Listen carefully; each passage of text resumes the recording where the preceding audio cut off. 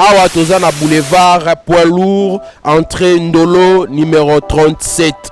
Awa Tozoteka ba produits alimentaires en gros et en détail. N'a pris à le peuple d'abord, maison les greniers, prix à moins cher, Fachi Béton, Tolia, Totonda. Bana Congo, bana Mikili, monde entier, Mobimba, Baoui Balinga Walanda Yokason, Tala Mokili Moni, Ozoka moins loko ezali. Donc chez Papa Laurent, na maison les greniers, na maman na nous, Okokoma wana, so komi, Okomona ba prix, ya ba biloko, même niveau ya Bruxelles. Donc produit wana ezaka toujours na Bruxelles pour en désordre. Kende kuna yo moko misoneza témoin. Ko vanda te pusana pembeni oko vivre qui vivra verra. Tango ko koma yo ko comprendre que te masole za lindenge nini. Kolia kotonda nyata borto Fachibe.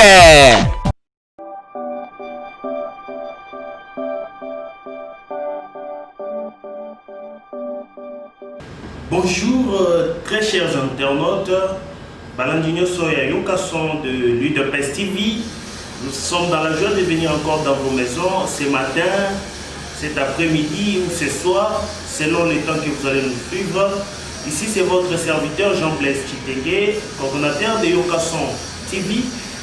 Toye le sous-poto de la politique, le message de la étant donné qu'il y a Torobaki, chaque fois qu'il y aura des événements ou des messages donnés par rapport à la politique, qu'est-ce qui se passe dans notre pays.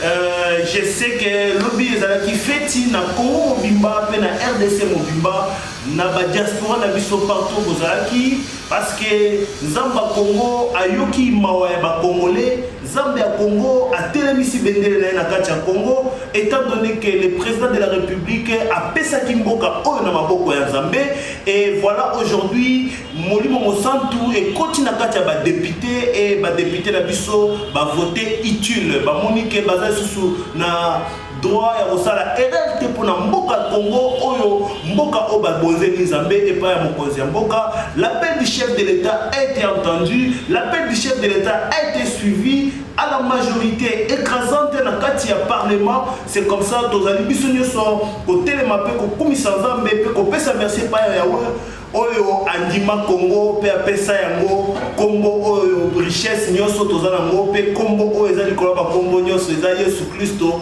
mokonzi ya mabele pe likolo na se. Tolobi merci à tous les Congolais partout où vous vous trouvez.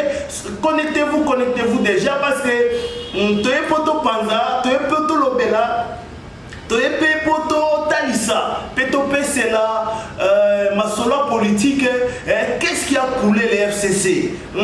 Qu'est-ce qui est à la base? Il y a Oekomeli FCC Lelo, les erreurs du FCC pour que Lelo FCC Ekoufa, PFCC Panzana, PFCC Elimwa. Donc, Bokoyo Kapé, pour comprendre ce qui se passe et ce qui s'est passé et ce qui est arrivé par rapport à notre pays. Voilà pourquoi nous disons merci au grand Seigneur, le maître du ciel et de la terre. Babengake o chamashia o andimi Congo o palingi Congo sokoboyi. Donc salam kinayo ndenge balobaka Félix Antoine Tshisekedi président de la République oboyi katsa braza yo kasondenga lobaka oboyi salam kinayo katsa braza bakoyo kanini son. Soyez branchés et vous ne serez pas déçus ce matin.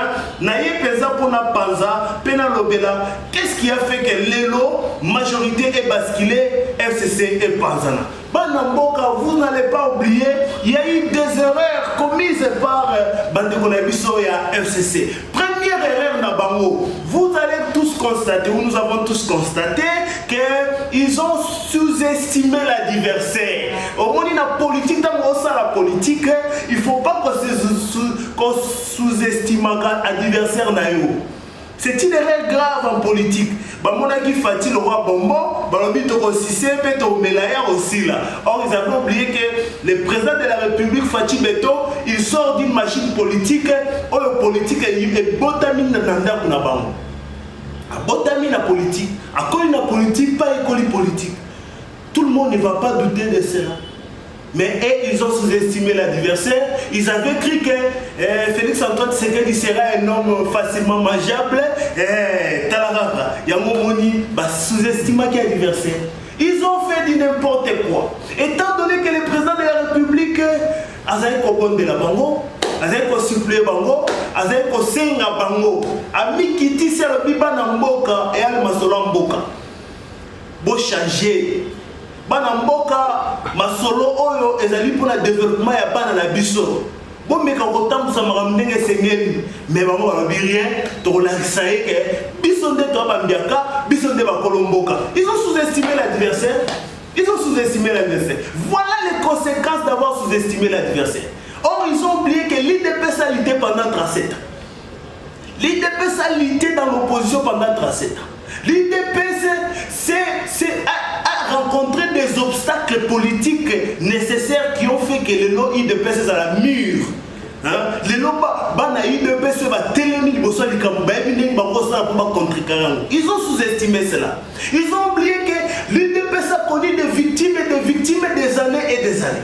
Ils ont oublié que l'IDPS c'est une machine qui a bouleversé le monde entier à travers son idéologie. Ils ont oublié qu'à travers les Sphinx, le fait Etienne Tshisekedi Wamulumba, l'IDPS est vendu ça. La fédération dans le monde. Donc, si on est en Chine, on a la fédération IDPS, on est en Angleterre, on a la fédération IDPS, on est au Canada, on a la fédération IDPS, dans les États-Unis, on a maman Angèle Pungu, on a la fédération IDPS. Donc, c'est pour dire que l'UDPS c'était une machine qu'on ne pouvait jamais sous-estimer dans ce pays, mais nos amis des FCC, ils nous ont sous-estimés. Voilà ce qui leur est arrivé. Donc, erreur grave, on va commettre un il y a un peu de choses qui étaient dans le système yassé, ensemble, mais silence la faiblesse, le secrétaire général Mwanabouté, Augustin Kabouya, silence la faiblesse.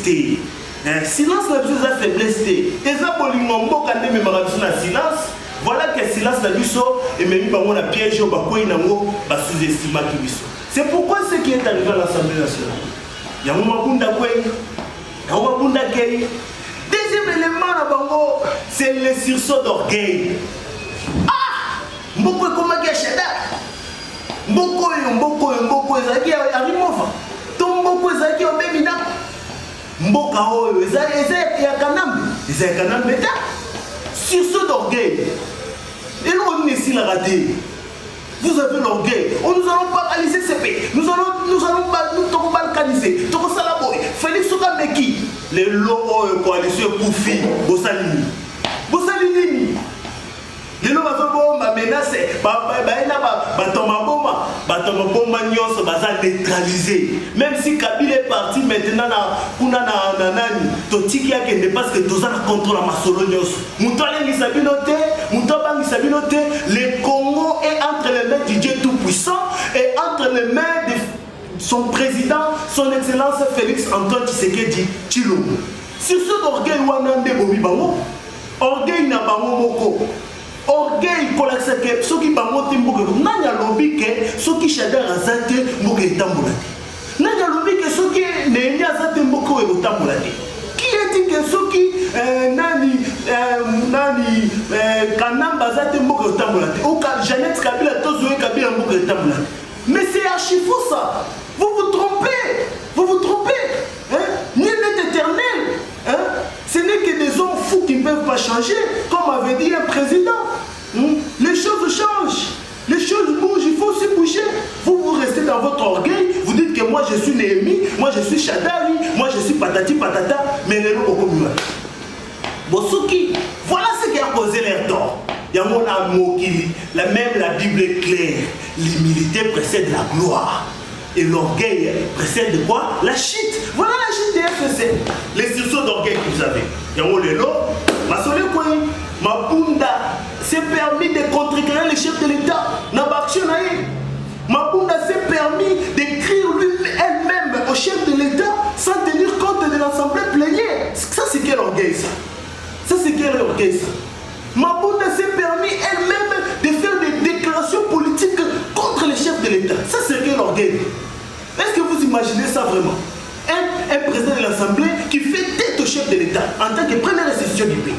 Ça c'est de l'orgueil. C'est de l'orgueil. Hein? Qui croient que sans elle, aujourd'hui, Mabunda n'est pas là. Le pays va avancer, le pays va évoluer. Et vous êtes en train de croire que sans les RCC, le pays. Mais détrompez-vous, détrompez-vous. J'ai dit à quiconque, je mets quiconque à défi que ce pays appartient à tous les Congolais. Ata bango bazato bazate mboko ekende boso pe mboko ekotongama na ba bonne volonté batuno so bazali ini autour ya union sacrée, autour ya union sacrée. Donc quand baba ko sabinote pe bomi ko sabinote mboka wo ekende boso. Troisième erreur na bango batoni sami na dictature. Na kati FCC dictature bolobi toza na plateforme la biso to benyango FCC. Bozi dictature au dictature ou imposant qui n'a qu'à Mboka, beaucoup pour imposer on a qu'à FCC. Qui vous dit que les députés sont des enfants? Les députés ne sont pas des enfants. Voilà pourquoi bataille une dictature n'a bino non. Quand même nous ne sommes pas des enfants, nous sommes les élus du peuple. Les peuples nous ont choisi, notre mandat n'est pas lié aux plateformes. Nous allons décider. C'est comme ça que les députés ont décidé. Botika dictature na kati FCC botika dictature d'après tout bon mon PC Koufi malheureusement pour la bino na yebi soute se réunion ko ta sous réunion ya ko ta soute FCC Panzani FCC Koufi dictature na bino qu'on ne vous trompe pas, toute dictature a ses limites. Bon ça la dictature pendant 18 ans. Bah député va passer une allégeance dans la plateforme wana FCC, bah moni bo continuer quand la dictature wana malgré que les présidents de pays donc conseil bino bolingi ko kate. Voilà biska bokoyi. Dictature na bi. Bon tout ça na dictature na kati FCC. Bah lobi kuna réunion za kaka soki kwa lobi oyo neni a kolobandi o bato ça. Oh autorité morale a kolobandi o ça. Qui vous dit que l'autorité morale est juridique? L'autorité morale n'est pas juridique dans ce pays. Vous voulez institutionnaliser une autorité morale. Ce n'est qu'une autorité morale. Et une autorité morale, ils ont moralement moralement. Mais il n'y a pas de document officiel qui justifie son autorité. Il n'y en a pas. Et ça acte de reconnaissance avec l'autorité morale. Mais il n'y a pas de moralité, il n'y a pas de loi juridique où ils ont fait sa pouvoir d'autorité morale. On peut savoir une décision pour agir ou les députés ou agir conformément à Maël Naé. Non, les députés, il est le député de la nation, le député du pays, il doit agir pour l'avancement de son pays et le développement de son pays. Et vous avez institutionnalisé votre FCC et comme il y a comme il y mais non, les députés en ont marre. C'est pourquoi ils ont dit fait à la dictature. Ils ont dit non à cette histoire. Ils ont fait allégeance à l'union sacrée. Toutes les bonnes volontés, la volonté de la bonne volonté, toute l'union sacrée, parce que l'on peut faire développer Mboka, mais il faut que Sotokote peut te soutenir, étant donné que tes alliés va députer à Mboka. Voilà la chute du FCC. Toloba Souni. C'est grave. C'est grave. Vous avez vous-même commis vos erreurs. Beaucoup de ça, il y a des débauchage. Oh yes, je vous dis, Mouto Aïbaka, ce qui est limoué, alors le bara Baïbi. Mouto Aïbaka Mingi, ce qui est Pungi, enfin sera Baïbi. Mais je vous dis la vérité, ici la réalité de ce qui est arrivé au bureau de l'Assemblée nationale, c'est la turpitude de FCC. Bango Moko, Mabena Bangonde Zongeli, Bango. Bango Sabinote. Qu'on ne vous trompe pas. Et Bango, nous sommes majorité. Tous en majorité. Bozela, Boromona. Mais, dans un futur proche, vous-même vous allez constater que la majorité n'existe plus. Maintenant, toute la majorité est tournée vers la vision du chef de l'État, Félix Antoine Tshisekedi, qui est autour de l'union sacrée. Le peuple d'abord. Ma vision, c'est la vision que le peuple m'a donnée, le mandat que le peuple m'a donné. Ils ont accepté ma vision pour la bonne vie à Congolais. C'est comme ça, vision, il faut ça. Pour ça, il faut qu'il y ait une union sacrée. Mais voilà pourquoi. Déjà, les députés, merci à les députés honorables, on va comprendre que les Alikambomboka, les Alikambomabele, il faut aller battre les mains. Il fallait battre les mains. Dans le bureau Assemblée nationale et quoi. Quatrième et enfin, tous les chité, YouTube, Balobi, télévision, ils ont eu tort quand tout ne va pas bien. Ils ont eu tort. Qu'est-ce que je vais dire pas? Ni ne peut se prévaloir de sa propre turpitude. Qui est majorité au gouvernement? N'est-ce pas c'est le FCC? Qui gère le pays actuellement? dans le gouvernement. C'est le FCC. Mais comment quand le FCC bien pour gérer, bien pour la majorité, bien pour besoin mbok étant pour la thé, social les athées, peuple se retrouver au même pendant l'Assemblée nationale, on m'appelle Mati, mais c'est vous qui êtes le Premier ministre, c'est vous qui êtes majoritaire.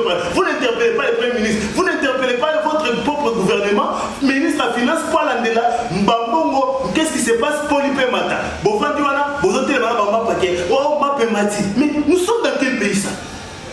Ça c'est une erreur grave. Vous voulez tromper qui? Vous voulez tromper qui? Vous voulez tromper qui? Le président de la République a formulé mon thème à Nayaboni. Alors, il faut travailler. Il faut faire la politique d'exclusion. Tout ça, vous avez vu. Bon, vous avez monté ma malam, tout tombe l'école. Bilo bozi pour bâtir pour tirer le blocage. Après, vous commencez à dire, ma maison m'a tâté, ma pémati, moi que ça bien été. Mais c'est vous qui gérez le pays. Vous voulez tromper qui? Ni ne peut se prévaloir de sa propre turpitude.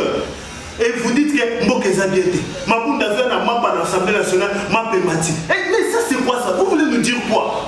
Voilà ce qui les a brûlés. Leurs propres erreurs les a rattrapés. Leurs propres erreurs les a rattrapés. Il y a un moment où les lots, député va dire non. Trop c'est trop. Fini la politique de la caporalisation. Autour de l'autorité morale. C'est comme ça les députés se sont soulevés. Maintenant nous allons sauver le Congo. Nous allons poser des actes pour Mboka en suivant la vision du chef de l'État, son Excellence Félix Antoine Tshisekedi. Donc Mboka s'est changé. Les députés te pressent comme merci. Les députés vont comprendre que, et comme Masola Mboka, félicitations à vous.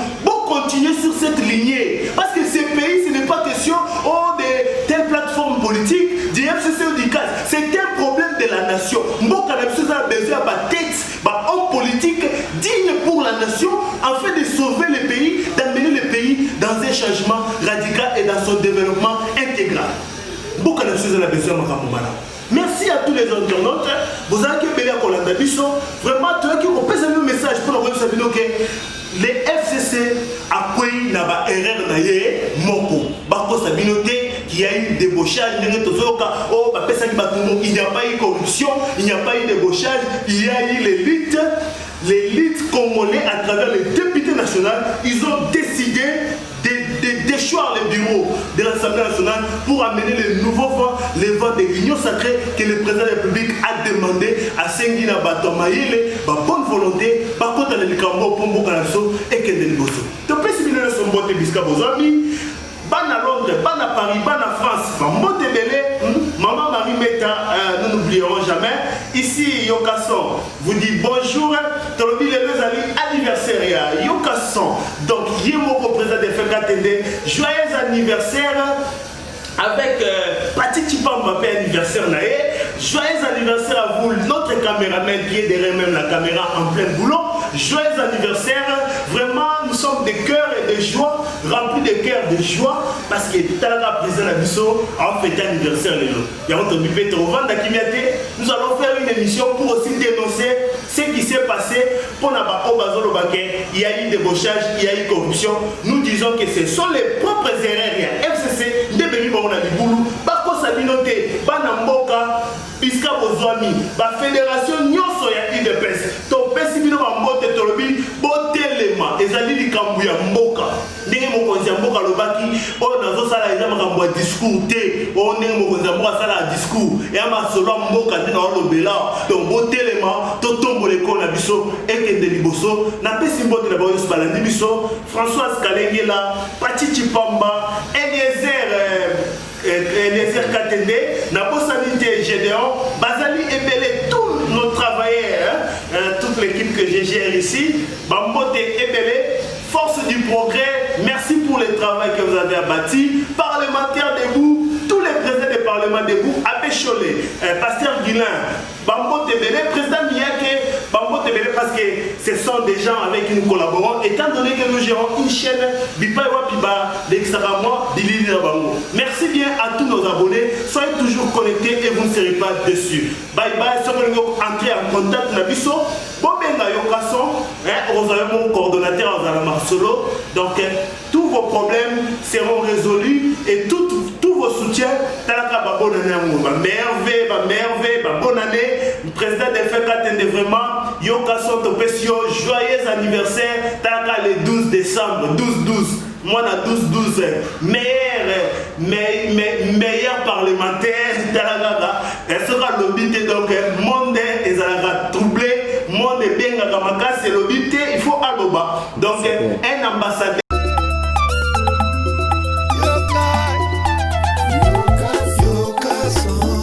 Awa toza na boulevard poids lourd entrée Ndolo numéro 37. Awa tozoteka ba produits alimentaires en gros et en détail. Na prix à le peuple d'abord, maison les greniers, prix à moins cher, Fachi Béton, Tolia, Totonda. Bana Congo, bana mikili, monde entier mobimba, ba oyo balinga kolanda yo kason. Tala mokili moni, ozo kate moins loko ezali. Donc chez papa Laurent na maison les greniers na mama na nous, okokoma wana so komi okomona ba prix oya ba biloko même niveau ya Bruxelles. Donc produit wana ezaka toujours na Bruxelles pour en désordre. Kende kuna yo moko missionnaire témoin. Ko vanda te pour ça na pembeni okovivre qui vivra verra. Tango kokoma yo ko comprendre que te masole za lindenge nini. Kolia kotonda nyata borto Fachibe.